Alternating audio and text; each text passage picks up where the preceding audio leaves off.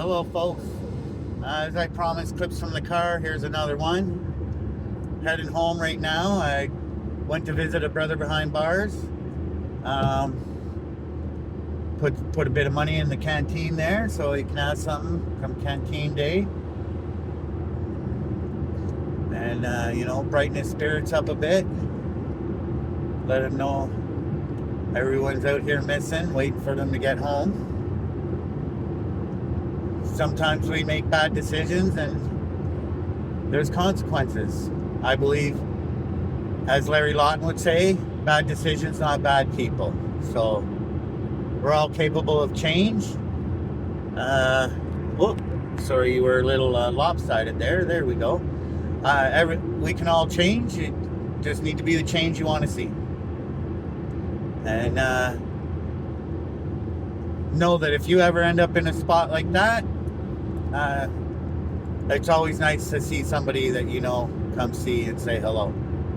Put a couple pennies in your canteen so you can get some shampoo or whatever, a little snacky poo. I think they can get chocolate bars and stuff like that. So anyways, I know they overpay for it because the system's got to make their money, right? They get paid quite a bit of money to house each one of them. And then they figure out ways to make money off of them. Like, there's a new thing right now where there's a phone account and a canteen account. And if the person who's there needs to call somebody that can't collect calls or whatever, there has to be money on the phone account so that they can make a direct call. And then on top of that, it costs the person making the call an arm and a leg as far as a long distance fee and everything else. So yeah, the government's figuring out a way to make off the people that are there paying their price. So they're paying their price plus these days. So yeah, there's that. Anywho's seemed to look all right. He actually said I look more stressed than them. So there's that. I said no more than usual. I mean, I had the building lady harassing me about our parking, but sure, that's been resolved now that she's aware that we pay for all the spots that we occupy, where before she was implying that we didn't. So that I went through recently. Maybe he saw that on me. I don't know. I wasn't trying to bring anything from out here in there to put on his shoulders. Got enough as it is.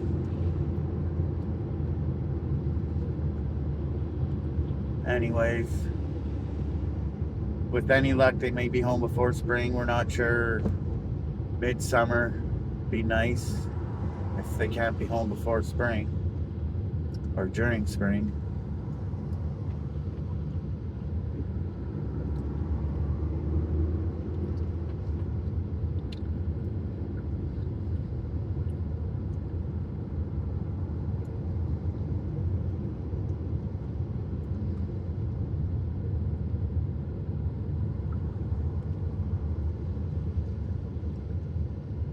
Sorry, I'm just focusing on the traffic here.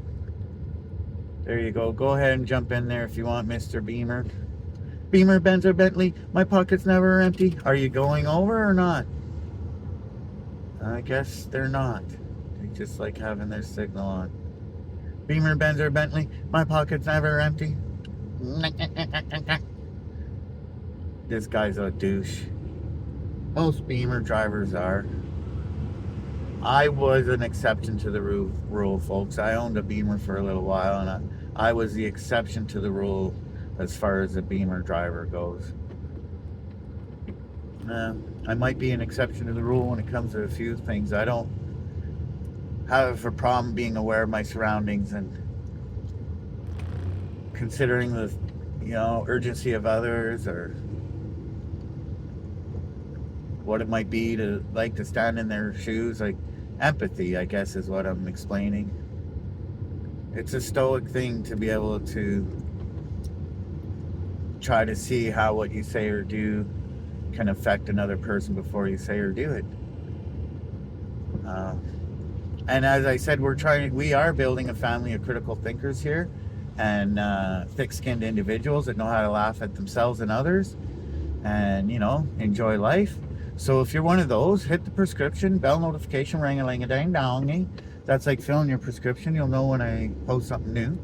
Share with a friend. Hit the thumbs up on the way in rather than the way out, and leave a comment below. Help our channel to grow in our community. I cover all the good stuff here. Chris Chivas Fight the Good Fight. All the groovy, awesome, amazing, spectacular, stupendous, fanatic, a fantastic story. All the sensational stuff. This is the best channel on YouTube and the internet. We cover coin collecting, good food around the city, funny jokes, cars, car repairs, motorcycles. Yeah, all the good stuff, and I have plans to add more content.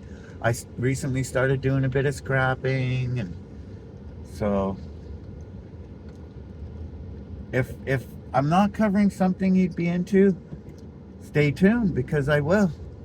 I'm sure I will cover that awesome thing you're thinking of. I need to let more of a gap form here, because of a lack of a gap is why we get these situations, folks. People need to leave more room to breathe, more space in between your bumper and the bumper in front of you, and it allows the traffic to flow better. And plus, where I'm going will be there when I get there. There's no hurry, there's no rush. So rather than being up the car in front of me's arse, I like to leave a bit of space. And I notice in situations like this, sometimes you'll see other drivers like me doing the same thing, and rarely do we touch our brakes, because if that guy up front has to tap his brake for a moment or two, I can usually let off and just slow her down a bit, and by the time I get kind of close, I can hit the gas again. I don't have to touch my brake. In a way, it kind of just keeps the traffic continually flowing behind me. Even if it is 3 clicks an hour, 10 clicks, 20 clicks, 40 clicks, as long as the traffic behind me is flowing, in my head, that's the important thing. The dead standstills in 4, 5, 6 lane highways, it really is a head scratcher for me. I find it hilarious too when you get to the end of it. There's either nothing and no real reason for the bottleneck or the slowdown, or like an empty pop can or a shoe, or like someone pulled over changing a tire. Like, that's what the delay was. Oh, I'll be right back, folks.